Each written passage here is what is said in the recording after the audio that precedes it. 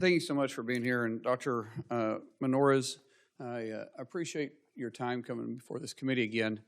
I'd like to go over some time frames first. But first of all, who fired you?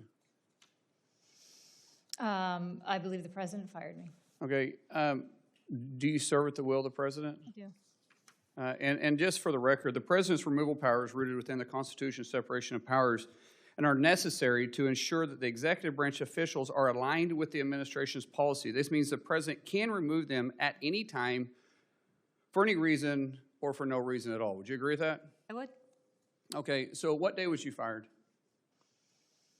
I believe I was fired on August 27th. Okay, what day was the first time you seeked counsel? Not retained, seeked counsel. I don't recall. We can get those records, so maybe you should recall them, because I think you might have an honesty issue here that we want to point out. So what day was it that you spoke to the attorneys the first time? It was on or before the day I was fired. No, that's when you retained them. You already testified to that. When did you speak to them? Again, it was on or before the day I was fired. So you retained them the first time you spoke to them? I believe that I retained them the first time I spoke to them. Was you let go in the middle of the night? Was you let go in the middle of the day? I believe. Now, I know the answer to this, so let's be honest here. I believe I received. I believe I received an email from the White House indicating that my services were no longer needed. What time was that? Sometime in the afternoon, sometime in the evening. Late evening, late afternoon, late evening. Probably. And so you got hold of the attorneys late at night?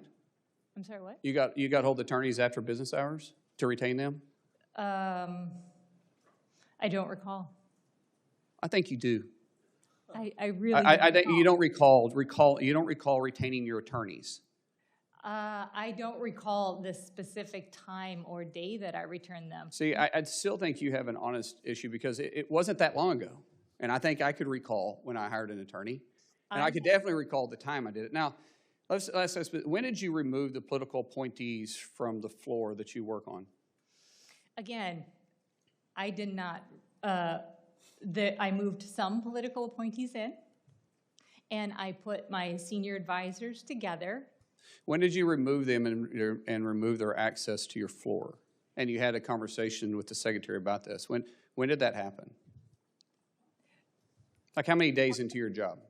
I'm sorry, I don't even know what you're asking. Yeah, you do, because you already talked about political appointees that the secretary had put in place. You removed the political appointees that was in there when you first got to your work. When did you remove them from your floor and take away their ability to access your floor? And you know exactly what I'm talking about because you and the secretary spoke about that. You're miscontextualizing. No, I'm not. I'm asking the question, what day did you remove them? I have one political chief of staff. I have 3 political chiefs of staff.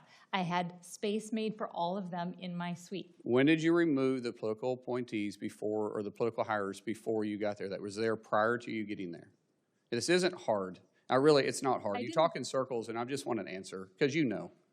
So I had the security of my suite. Okay. So let me ask you something. Your conversation with the secretary, you said that he said he didn't trust you. Correct. You testified to that. Is that really how that conversation went? Because there's other people in the room, and I think the conversation was, can he trust you? And your answer was?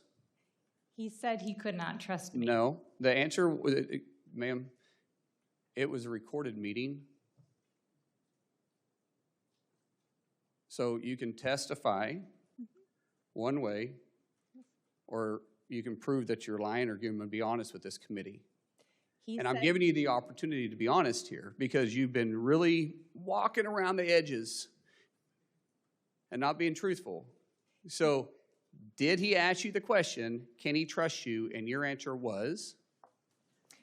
He told me he could not trust me. And I told him if he could not trust me, he could fire me. That isn't how that conversation went. And you know that, don't you?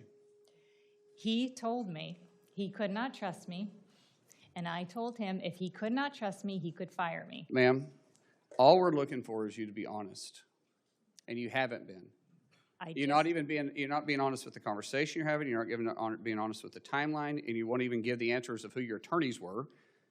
And all we're looking for is you to be honest. If we're going to have a hearing and we're going to discuss certain things, let's make sure we're talking with someone that we can trust your answers. It's like my kids. I tell my kids all the time, you know, one thing I want from you, I can deal with any situation we walk into as long as I know you're being 100% honest with me. The minute I can't tell you're being honest with me, I can't trust you. From then on, everything you say is questioned. And you have to question you because your personality and your answers aren't correct. Therefore, I yield back.